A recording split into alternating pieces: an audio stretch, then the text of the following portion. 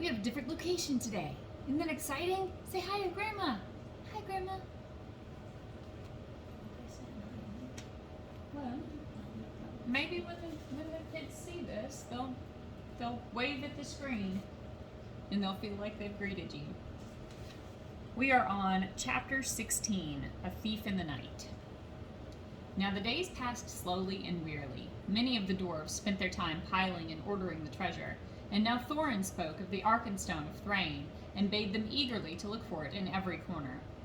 For the Arkenstone of my father, he said, is worth more than a river of gold in itself, and to me it is beyond price. That stone of all the treasure I name unto myself, and I will be avenged upon anyone who finds it and withholds it. Bilbo heard these words, and he grew afraid, wondering what would happen if the stone was found, wrapped in an old bundle of tattered oddments that he used as a pillow. All the same, he did not speak of it, for as the weariness of the days grew heavier, the beginnings of a plan had come into his little head.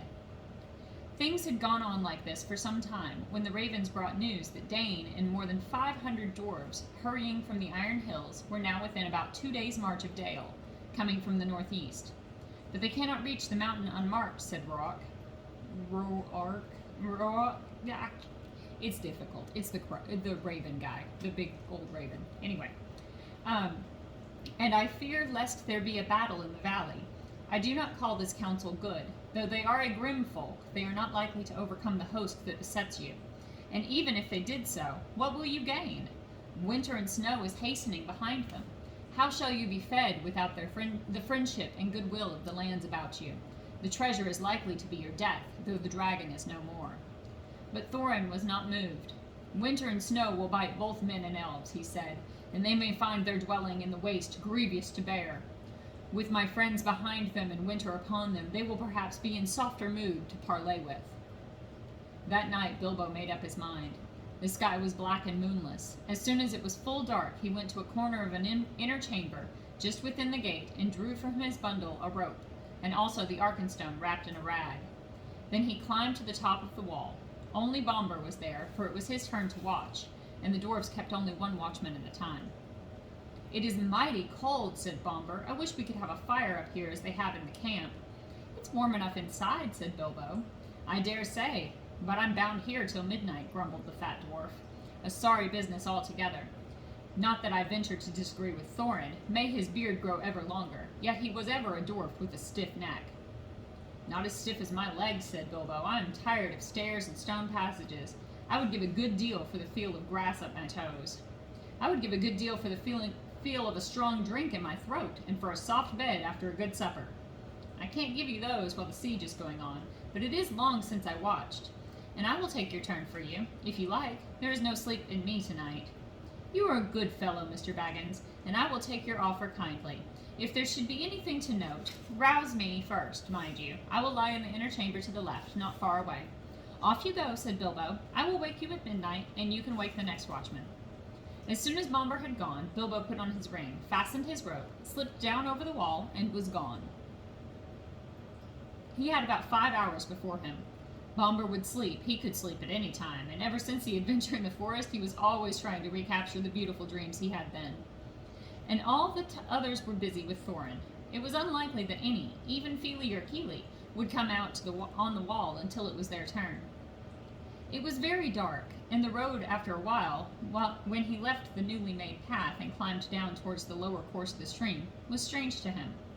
At last he came to the bend where he had to cross the water, if he was to make for the camp as he wished. The bed of the stream was there shallow, but already broad, and fording it in the dark was not easy for the little hobbit. He was nearly across when he missed his footing on a round stone and fell into the cold water with a splash. He had barely scrambled out on the far bank, shivering and spluttering, when he came up elves in the gloom with bright lanterns when up came elves in the gloom with bright lanterns and searched for the cause of the noise.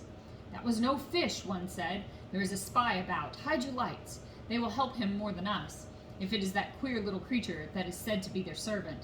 Servant, indeed, snorted Bilbo, and in the middle of his snort he sneezed loudly, and the elves immediately gathered towards the sound. Let's have a light, he said. I am here if you want me, and he slipped off his ring and popped from behind a rock. They seized him quickly, in spite of their surprise. Who are you? Are you the dwarves' hobbit? What are you doing? How did you get so far past our sentinels? They asked one after another. I am Mr. Bilbo Baggins, he answered, companion of Thorin, if you want to know. I know your king well by sight, though perhaps he doesn't know me to look at. But Bard will remember me, and it is Bard I particularly want to see. Indeed, they said, and what may be your business? Whatever it is, it's my own, my good elves. But if you wish ever to get back to your own woods from this cold, cheerless place, he answered, shivering, you will take me along quick to a fire where I can dry, and then you will let me speak to your chiefs as quick as may be. I have only an hour or two to spare. That is how it came about that some 2 hours after his escape from the gate, Bilbo was sitting beside a warm fire.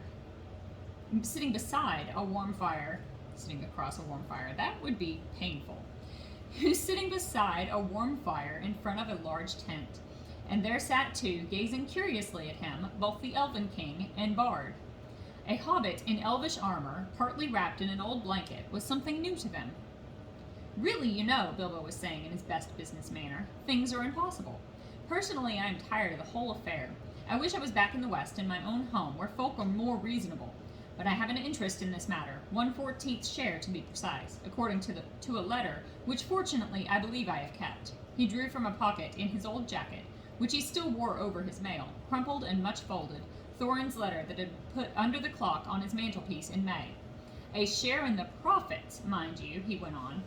I am aware of that. Personally, I am only too ready to consider all your claims carefully, and deduct what is right from the total before putting in my own claim. However, you don't know Thorin Oakenshield as well as I do now. I assure you, he is quite ready to sit on a heap of gold and starve, as long as you sit here. Well, let him, said Bard. Such a fool deserves to starve. Quite so, said Bilbo. I see your point of view. At the same time, winter is coming on fast. Before long, you will be having snow and whatnot, and supplies will be difficult, even for the elves, I imagine. Also, there will be other difficulties. Have you not heard of Dane and the dwarves of the Iron Hills? We have, a long time ago, but what has that he got to do with us? Asked the king. I thought as much. I see I have some information you have not got. Dane, I may tell you, is now less than 2 days' march off, and has at least 500 grim dwarves with him. A good many of them have had experience in the dreadful dwarf and goblin wars, of which you have no doubt heard. When they arrive, there may be serious trouble. Why do you tell us this? Are you betraying your friends, or are you threatening us? Asked Bard grimly. My dear Bard, squeaked Bilbo, don't be so hasty. I never met such suspicious folk. I am merely trying to avoid trouble. Gracious. I am merely trying to avoid trouble for all concerned. Now I will make you an offer. Let us hear it, they said. You may see it, he said. It is this. And he drew forth the Arkenstone and threw away the wrapping.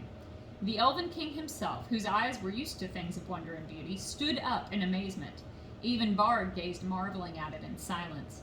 It was as if a globe had been filled with moonlight and hung before them in a net woven of the glint of frosty stars.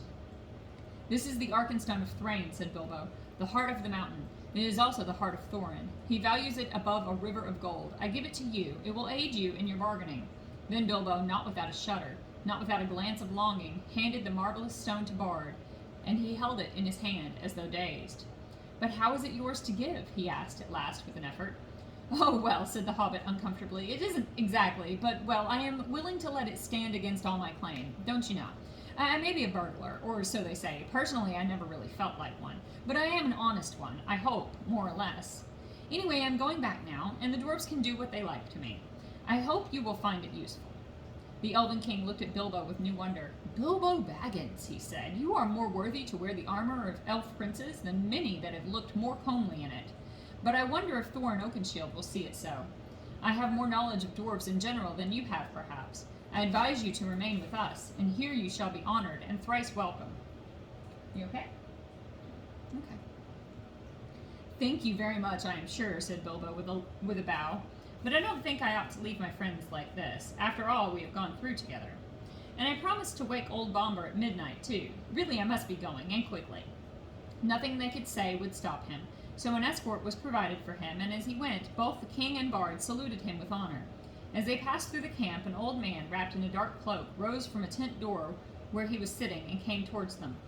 Well done, Mr. Baggins, he said, clapping Bilbo on the back. There was always more about you than anyone expects. It was Gandalf. Of course. He always shows up weird times.